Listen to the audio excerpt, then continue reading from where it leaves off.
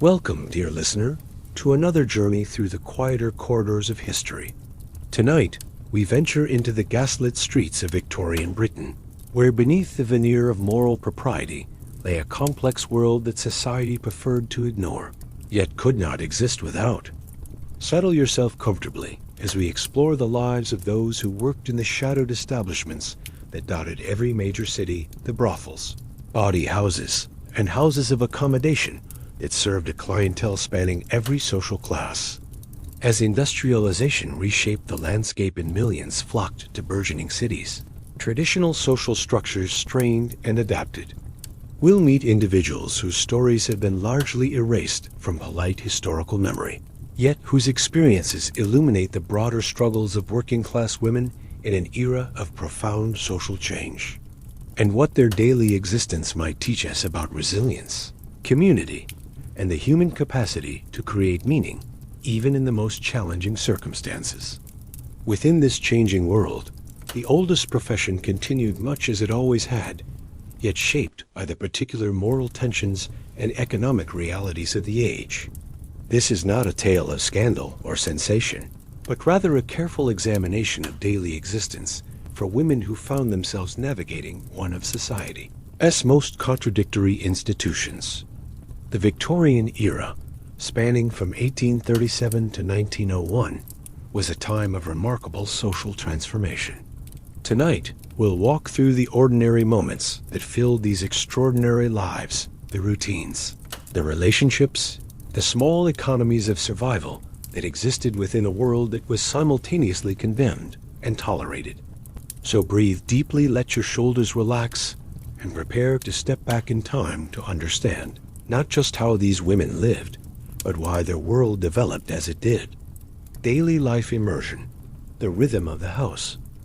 Imagine yourself awakening in a narrow room on the second floor of a terraced house in Whitechapel, London, in the year 1875. The pale morning light filters through thin curtains, casting long shadows across floorboards that creak with every movement. Footsteps move heavily up and down the narrow staircase, accompanied by the occasional cough or murmured conversation. The process is methodical, almost meditative in its routine. You pour water from a chipped pitcher into a shallow basin, the cold liquid shocking against your skin as you wash away the remnants of the previous night. The conversation flows in quiet tones, practical discussions about the day ahead, gentle gossip about regular clients, and the occasional sharing of news from the outside world. And clients while maintaining the delicate balance required to avoid unwanted attention from authorities. This is the time for maintenance and preparation, mending clothes, cleaning rooms, and attending to the 100 small tasks that keep the establishment functioning. Newer arrivals, often younger and more desperate, occupy the smallest rooms and serve the least discriminating clientele. Lamps are lit, creating pools of warm light that soften harsh realities and create an atmosphere of intimacy and escape. Hair is carefully arranged, cosmetics applied with practiced skill, and clothing adjusted to create the desired impression. Each woman develops her own routine, her own techniques for transforming herself into the persona required by her profession.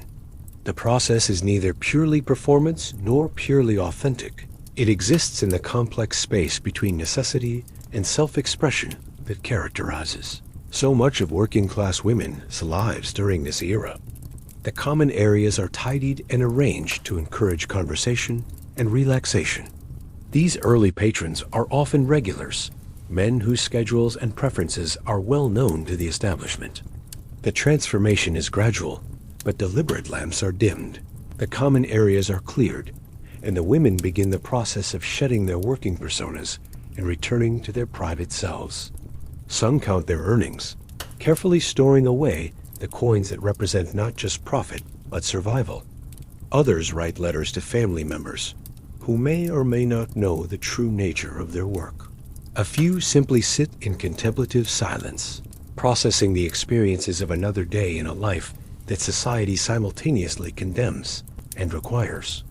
The routine of ending the day mirrors that of beginning it, with washing, changing clothes, and the quiet conversations that mark the transition from professional to personal time.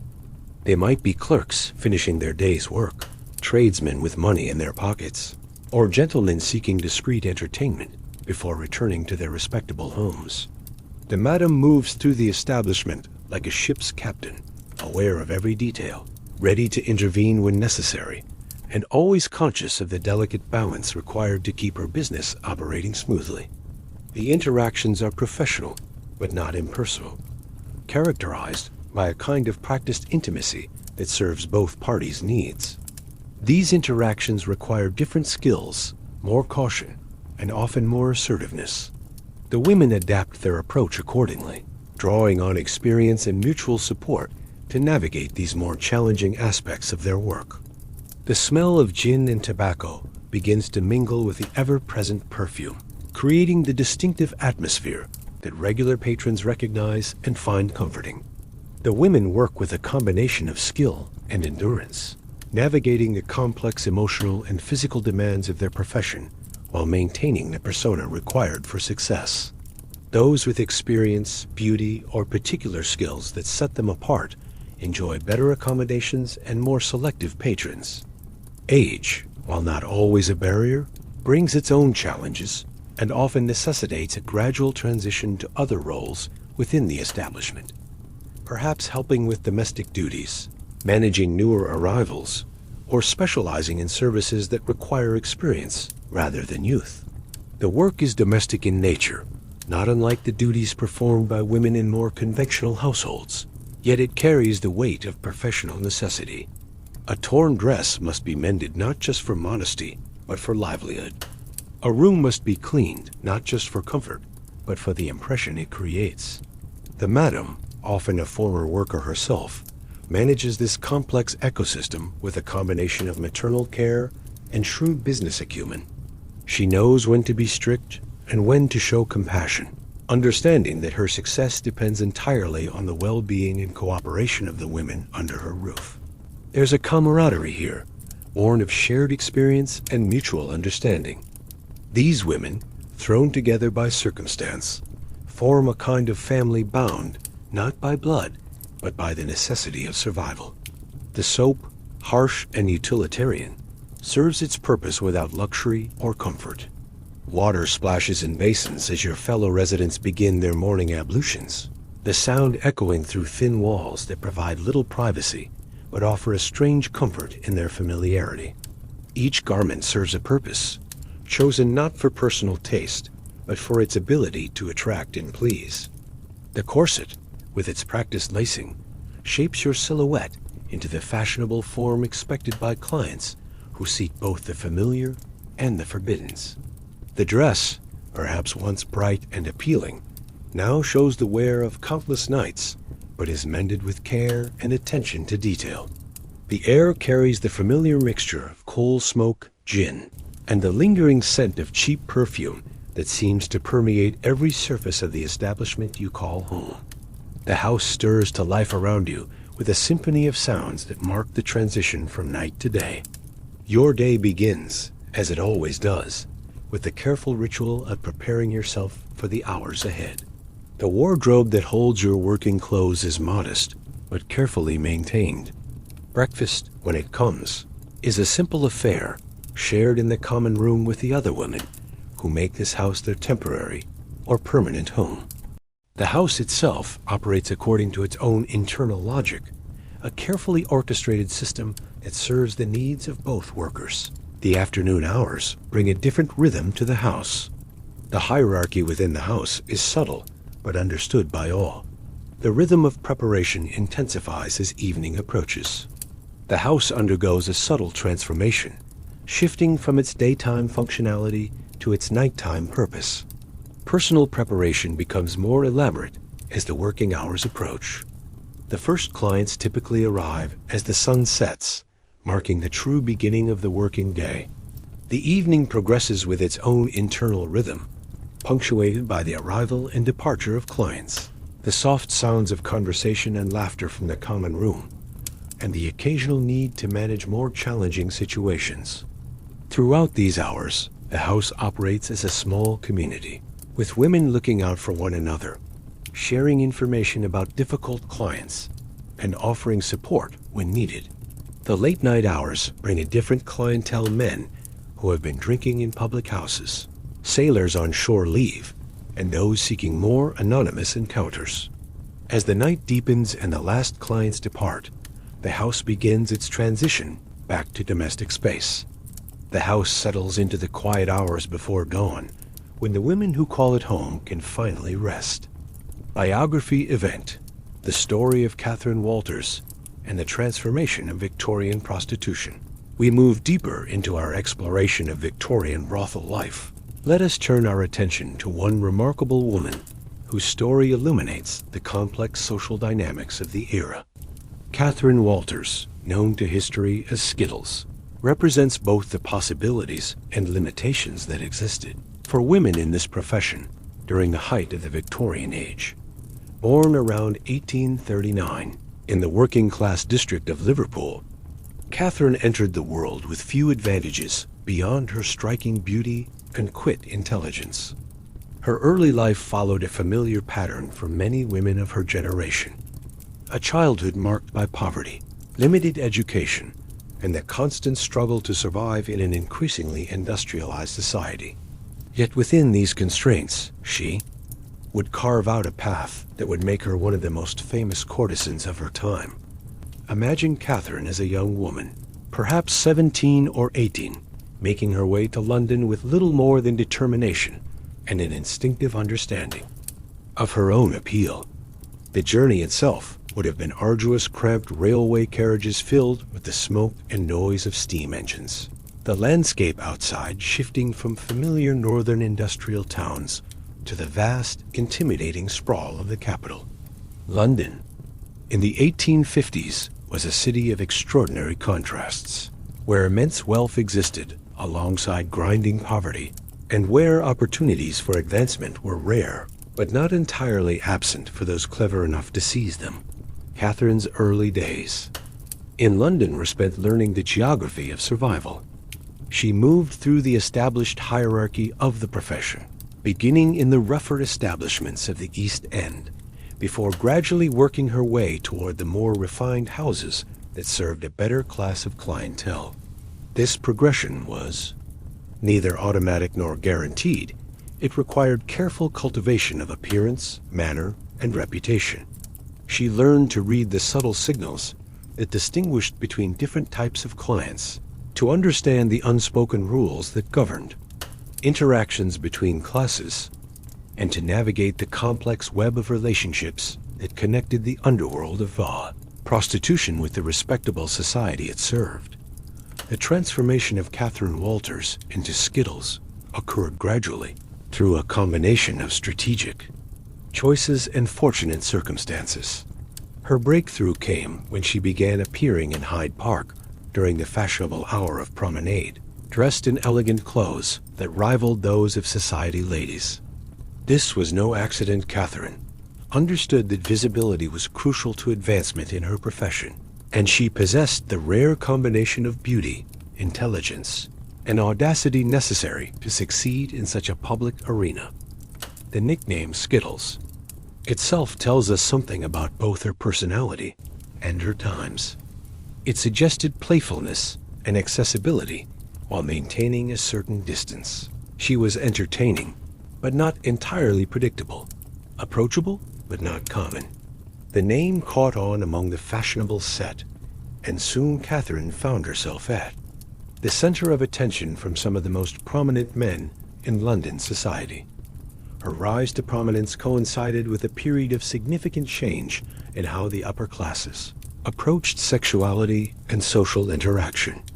The rigid moral codes that characterized the early Victorian era were beginning to show signs of flexibility, particularly among the wealthy and well-connected. Catherine represented a new type of courtesan, one who could move between worlds with grace and intelligence, who understood both the rules of society and the art of breaking them discreetly. The relationships Catherine formed during this period were complex and varied. She was never merely a commodity to be purchased, but rather a participant in intricate social arrangements that combined genuine affection with practical necessity. Her most famous liaison was with Spencer Cavendish, later the 8th Duke of Devonshire, a relationship that lasted for several years and provided her with both financial security and social standing. Yet this was only one of many connections she maintained with prominent figures in politics, the military, and the arts. Catherine's daily life during her years of prominence was a careful balance between public visibility and private discretion. She maintained elegant apartments in fashionable neighborhoods, employed servants, and conducted herself with the bearing of a lady of leisure. Yet beneath this surface respectability lay the constant awareness that her position depended entirely on her ability to maintain the interest and support of her patrons. She read voraciously, cultivated her conversation skills, and paid careful attention to fashion and social trends, all necessary investments in her professional success. The transformation of the profession that Catherine represented was not limited to her individual success. During the 1860s and 1870s, the entire landscape of high-end prostitution was evolving. The crude brothels of earlier decades were giving way to more sophisticated establishments that catered to increasingly refined tastes.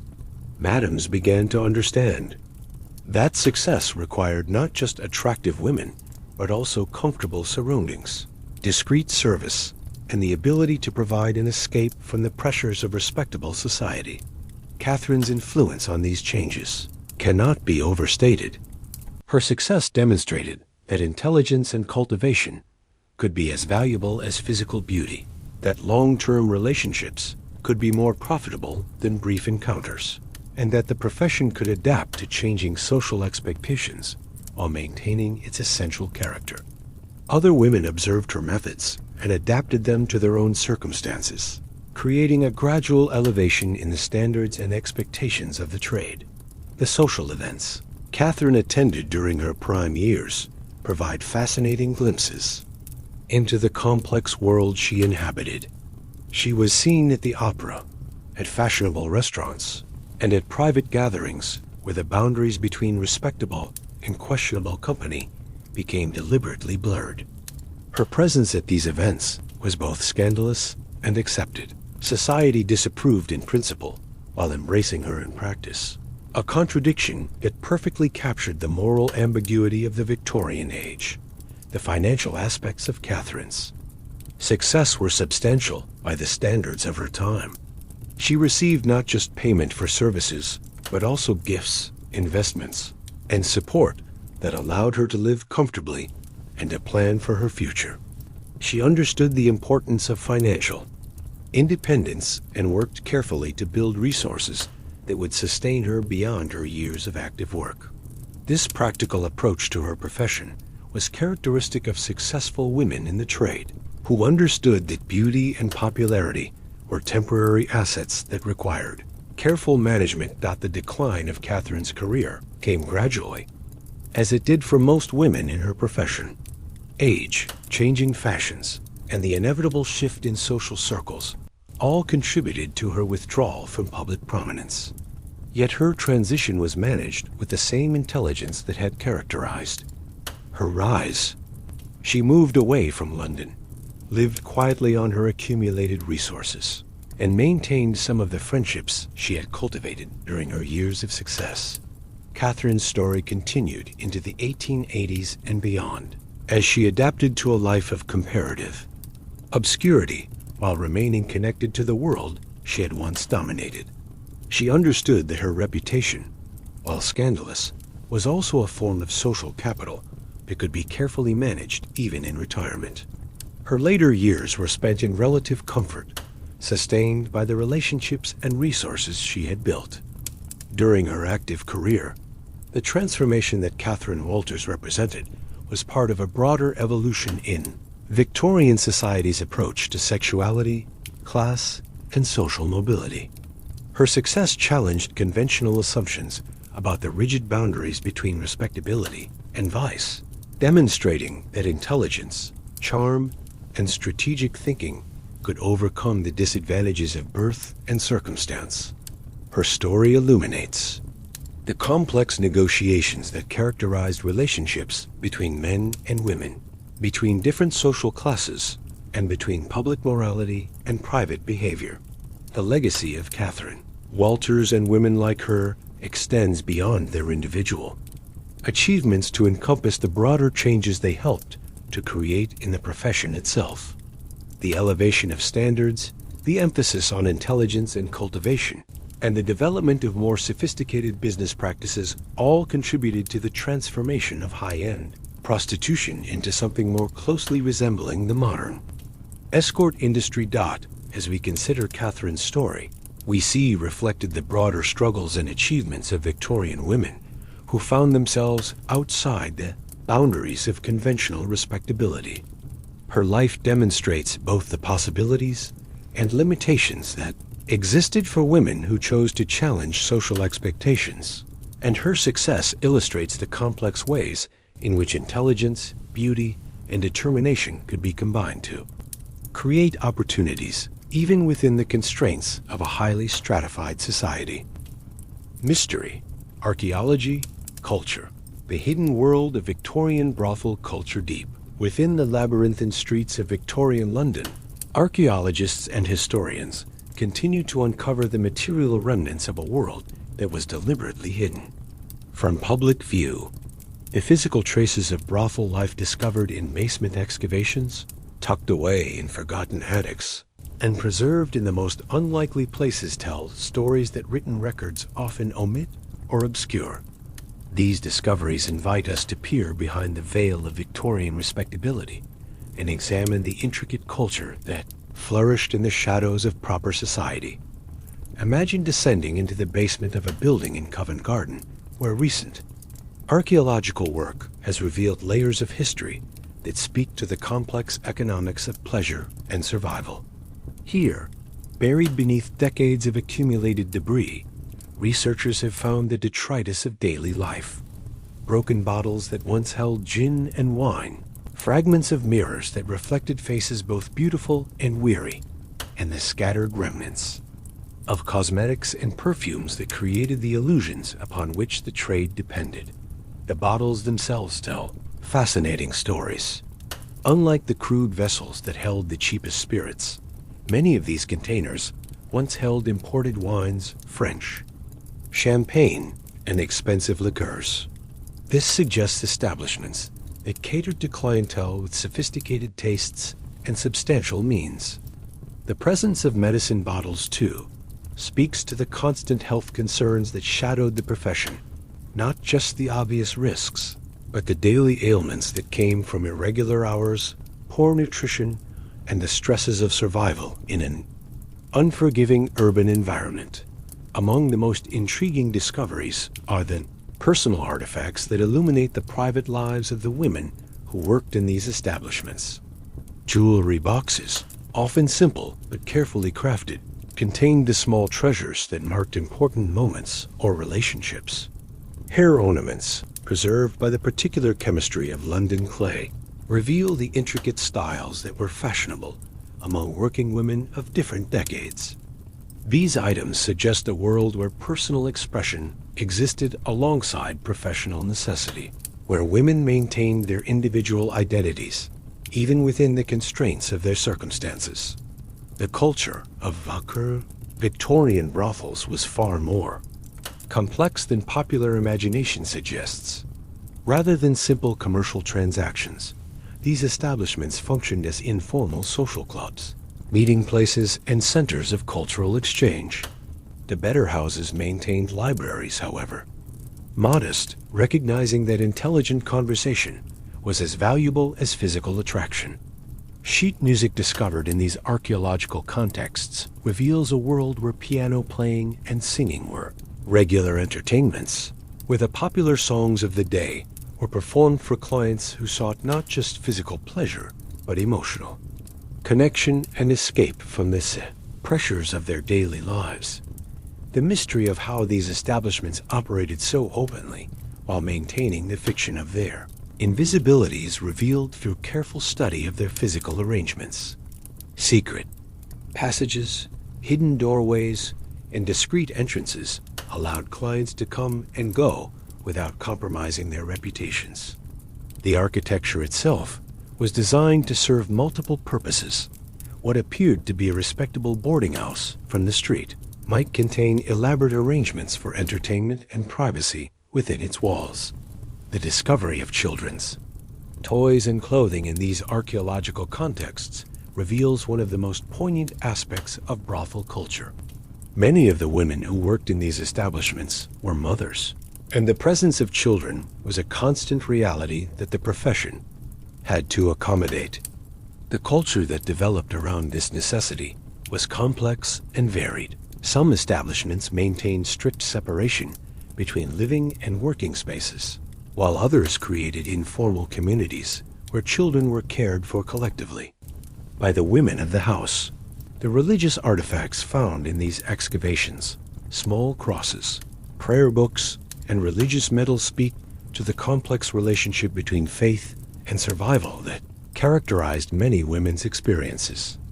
Despite the moral condemnation of their profession, many brothel workers maintained strong spiritual beliefs and found ways to practice their faith within the constraints of their circumstances. Some establishments even maintained discreet relationships with sympathetic clergy who provided both spiritual guidance and practical assistance about the material culture of food and dining reveals another layer of complexity in brothel life. The discovery of fine china, silver serving pieces, and elaborate glassware suggests that meals were important social occasions that helped create the atmosphere of refinement that distinguished better establishments from cruder operations. The remains of exotic foods, imported spices, expensive cuts of meat, and delicate pastries indicate that these houses competed not just on the attractiveness of their workers, but on the quality of their hospitality. The mystery of how information traveled within the brothel community is illuminated by the discovery of coded messages, encrypted letters, and elaborate systems of communication that allowed establishments to share information about dangerous clients, police activities, and business opportunities. This underground network functioned as a form of mutual protection and support, creating connections that extended far beyond individual houses to encompass entire districts and even different cities. The archaeological evidence also reveals the sophisticated security measures that protected both workers and clients. Hidden safes, secret compartments, and elaborate alarm systems suggest a world where discretion was not just preferred, but essential for survival. The discovery of weapons, small pistols, knives, and defensive implements speaks to the dangers that were an inevitable part of the profession, while the presence of medical supplies indicates that establishments had to be prepared to handle emergencies without attracting unwanted attention. The cultural practices surrounding money and payment reveal a complex economy that extended far beyond simple cash transactions. The discovery of elaborate jewelry, gold coins, and foreign currency suggests that payment often took forms that could be more easily concealed or converted. Some establishments maintained their own informal banking systems, helping workers save money and plan for their futures, while protecting their assets from theft or confiscation. The mystery of how these establishments maintained their elaborate facades while operating in the heart of respectable neighborhoods is revealed through study of their relationships with local businesses and residents. Bills and receipts discovered in these excavations show extensive networks of suppliers, service providers, and supporters who helped maintain the fiction of respectability while profiting from the trade.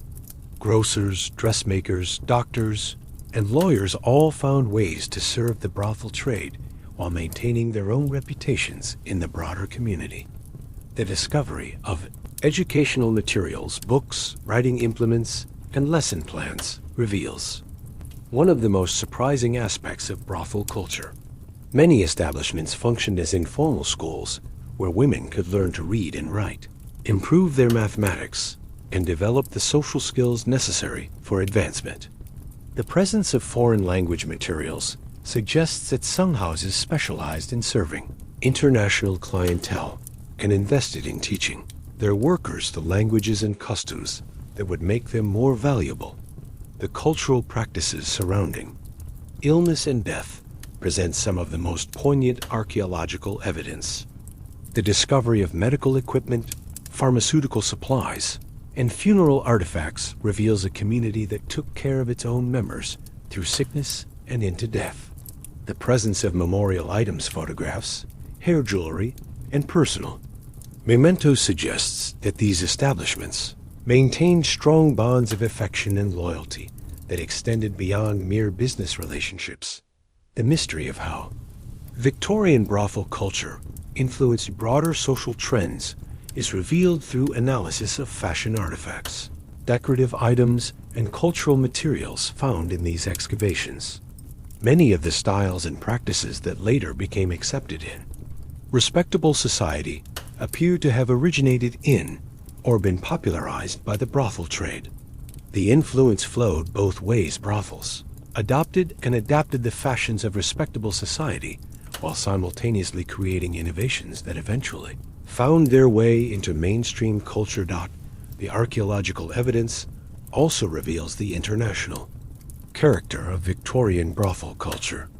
The discovery of items from across Europe, Asia, and the Americas suggests extensive networks of trade and communication that connected London's establishments with similar operations around the world.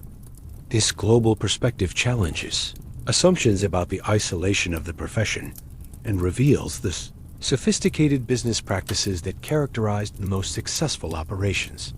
The discovery of artistic materials, paints, canvases, musical instruments, and theatrical props reveals a world where creativity and self-expression flourished alongside commercial activity. Many establishments encouraged and supported the artistic talents of their workers, recognizing that cultural sophistication was valuable for attracting and retaining high-quality clientele. The presence of original artwork, poetry, and musical compositions suggests that these houses functioned as informal cultural centers where artistic expression was valued and nurtured. Social elite contrasting daily life. The divided world of Victorian society as the gaslight flickers against the windows of a grand townhouse in Belgravia. We witness one of the most striking contradictions of Victorian society, the simultaneous existence of rigid moral codes and their systematic violation by the very people who proclaimed them most loudly. The elite circles of London society maintained elaborate facades of respectability while quietly patronizing the very establishments they publicly condemned, creating a complex web of hypocrisy that shaped both the lives of brothel workers and the gentlemen who sought their services. Imagine the drawing room of a prominent politician's home on an evening in 1870. The heavy velvet curtains are drawn against the London fog, and the assembled guests, members of Parliament, successful merchants, entitled gentlemen engage in earnest conversation about the moral degradation of modern society. They speak with genuine concern about the corruption of youth, the decline of Christian values, and the need for stricter enforcement of public decency laws.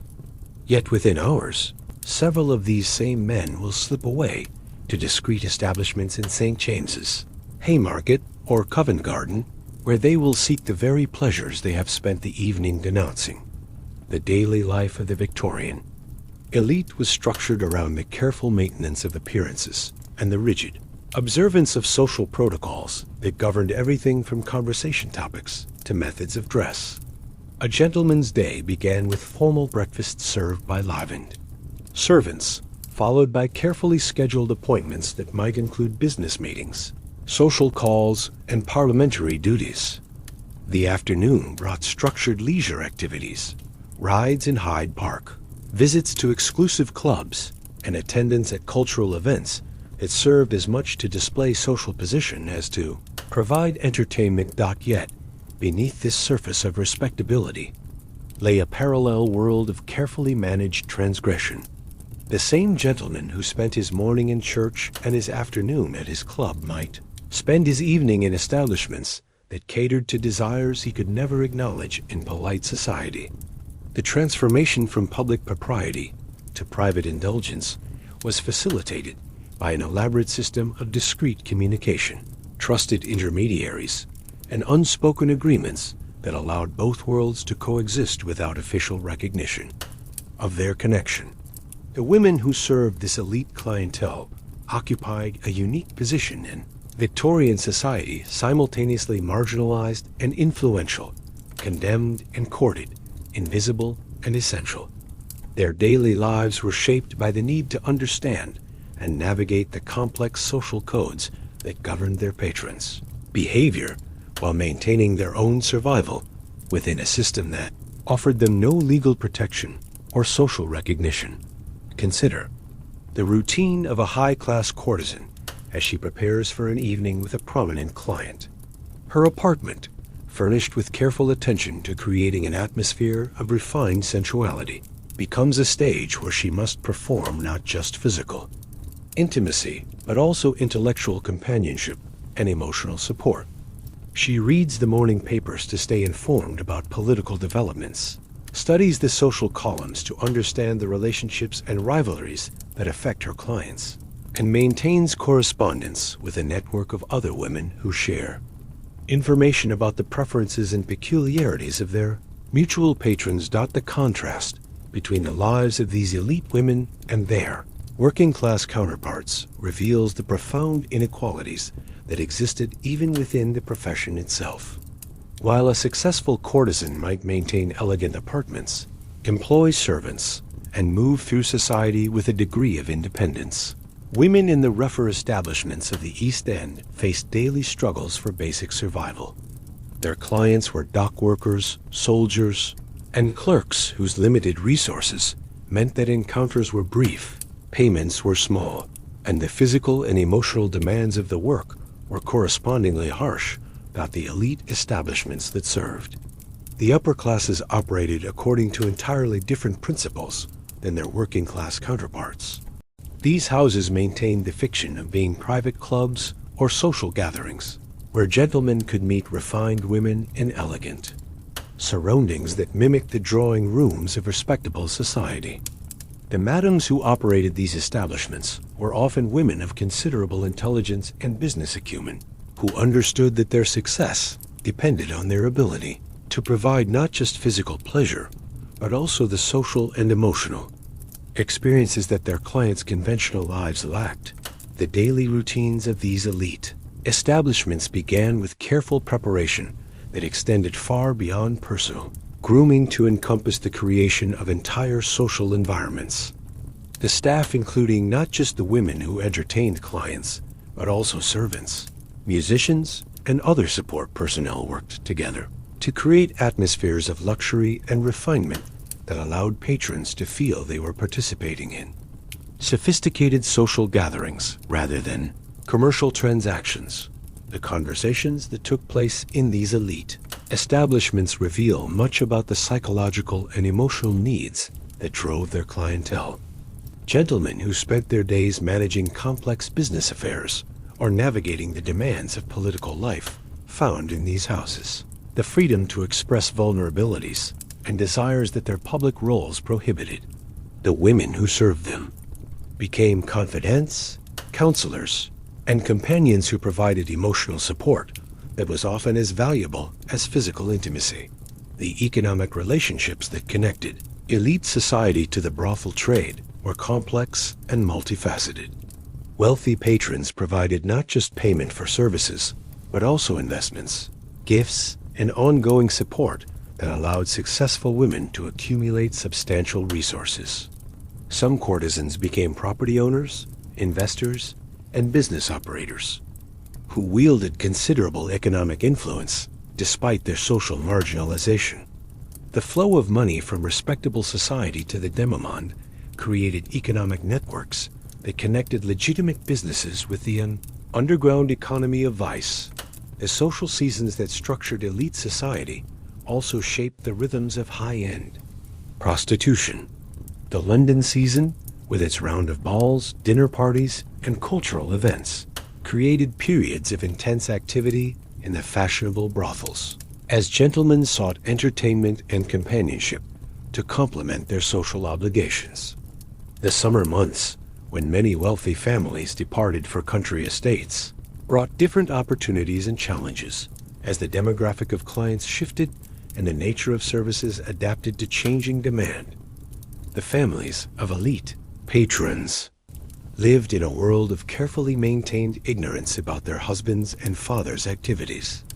Victorian wives were expected to remain innocent of their husbands' sexual experiences, while daughters were raised in such sheltered circumstances that they often had no understanding of the realities of male behavior. This systematic exclusion of respectable women from knowledge of sexuality created a society where men moved between two entirely different worlds, one of purity and propriety, the other of pleasure and transgression. The legal and political structures that governed Victorian society were shaped by the same men who patronized its brothels. The laws that criminalized prostitution while tolerating its practice. The police policies that focused on public order rather than elimination of vice. And the judicial decisions that selectively enforced moral codes all reflected the interests of a ruling class that needed to maintain both public morality and private access to prohibited pleasures. The medical profession's approach to prostitution reveals another layer of elite hypocrisy. The same doctors who treated the effects of venereal disease in both patrons and workers also participated in the creation of moral panics about the health dangers of vice while maintaining discreet practices that served the needs of their wealthy clientele.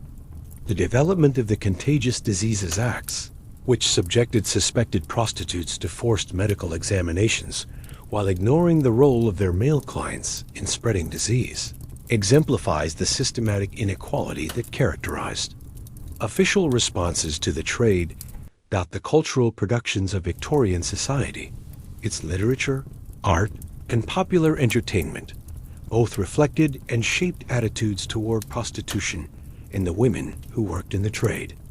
The novels of Charles Dickens, the paintings of Victorian artists, and the melodramas of popular theater all contributed to creating public images of prostitution that served the interests of elite society by emphasizing the degradation of the women involved while ignoring the responsibility of their male patrons.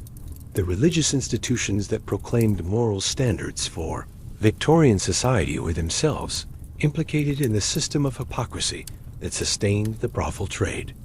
While churches condemned vice from their pulpits, many clergy members privately acknowledged the reality of male sexual behavior and focused their efforts on managing rather than eliminating the trade.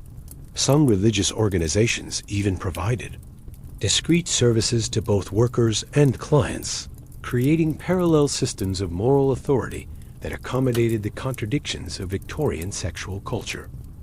The international connections of Victorian elite society extended to the brothel trade as well. Wealthy Englishmen traveling abroad sought similar services in other countries, while foreign visitors to London were introduced to the discreet pleasures available in the capital's finest establishments. These international networks created opportunities for the most successful courtesans to travel, establish connections in other cities, and build careers that transcended national boundaries. The decline of individual careers in elite prostitution often followed patterns that reflected broader changes in Victorian society. As moral reform movements gained strength and public attitudes toward vice became more stringent, the spaces for discreet transgression gradually narrowed.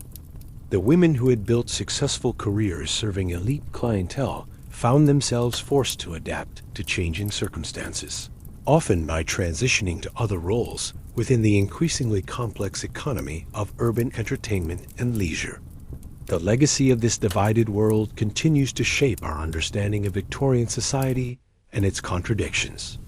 The elaborate systems of hypocrisy that allowed elite society to maintain moral authority while systematically violating its own principles created patterns of behavior and institutional structures that extended far beyond the realm of sexuality to encompass politics, economics, and social relationships generally.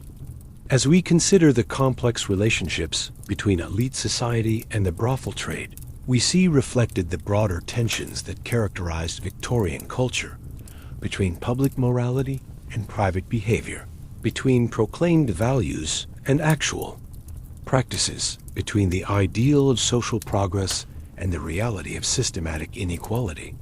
The women who navigated these contradictions daily, who understood the psychology of their elite clients and adapted to their needs while maintaining their own survival, possessed forms of knowledge and skill that were never officially recognized, but were essential to the functioning of Victorian society. As our journey through the gaslit streets and shadowed rooms of Victorian brothel life draws to a close, we find ourselves in the quiet hours before dawn, when the city settles into temporary peace, and the women whose stories we have followed finally rest after another day of survival, adaptation, and quiet resilience. The world we have explored together, with its complex hierarchies, its hidden economies, its networks of support and survival, reminds us that history is never simply a matter of the powerful and the powerless, but rather an intricate tapestry, woven from countless individual stories of human adaptability and endurance. The women who worked in Victorian brothels were not merely victims of circumstance, though circumstance certainly shaped their lives in profound ways. They were also entrepreneurs, survivors, and creators of community who found ways to build meaning and connection within the constraints of their social position.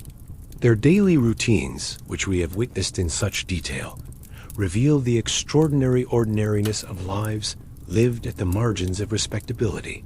The careful morning preparations, the afternoon maintenance of relationships and reputation, the evening transformations from private to public selves, all of these speak to the universal human need to find structure, purpose, and dignity, even in the most challenging circumstances. The stories of women like Catherine Walters illuminate the possibilities that existed for those clever and determined enough to navigate the complex social currents of their time. Her success, and that of others like her, demonstrates that intelligence, charm, and strategic thinking could overcome many disadvantages, while also revealing the limitations imposed by a society that offered women few paths to independence and security. The archaeological discoveries and cultural practices we have examined reveal a world far more sophisticated and complex than conventional history has acknowledged. The networks of communication, the systems of mutual support, the cultural innovations that emerged from these communities all suggest that the margins of society were often more creative and adaptive than its respectable center. The contradictions embodied in elite society's relationship with the brothel trade remind us that moral authority and actual behavior are often quite different things, and that the most loudly proclaimed values may mask the most systematic violations. The elaborate systems of hypocrisy that sustained this divided world created opportunities for some while limiting possibilities for others, revealing the complex ways in which power, privilege, and marginalization intersect in any society. As you settle into the comfort of your own bed, surrounded by the safety and security that these historical figures could rarely take for granted, you might reflect on the persistence of human resilience and the ways in which people create meaning and connection even in the most difficult circumstances. The Victorian brothel workers we have met tonight were not so different from people in any time and place. They sought security, companionship, and respect, and they found ways to build communities and support systems that sustained them through the challenges of their daily lives. The gaslight that illuminated their world has long since given way to electric lamps, and the cobblestone streets they walked have been replaced by modern thoroughfares. Yet the fundamental human experiences they navigated, the need for economic survival, the desire for connection and understanding, the challenge of maintaining dignity in difficult circumstances, remain as relevant today as they were in the Victorian era. Let their stories remind you, as you drift towards sleep, that history is made not just by the famous and powerful, but by the countless ordinary people who adapt, survive, and create meaning in their daily lives. The women whose voices we have listened to tonight, whose routines we have followed, and whose struggles we have witnessed, contributed to the great human story of resilience and adaptation that continues to unfold in every generation.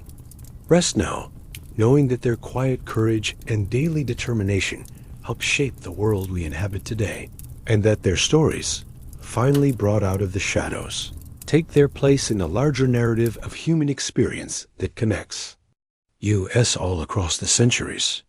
Sleep well, and dream of the steady rhythm of lives lived with dignity, purpose, and hope, even in the most challenging of circumstances.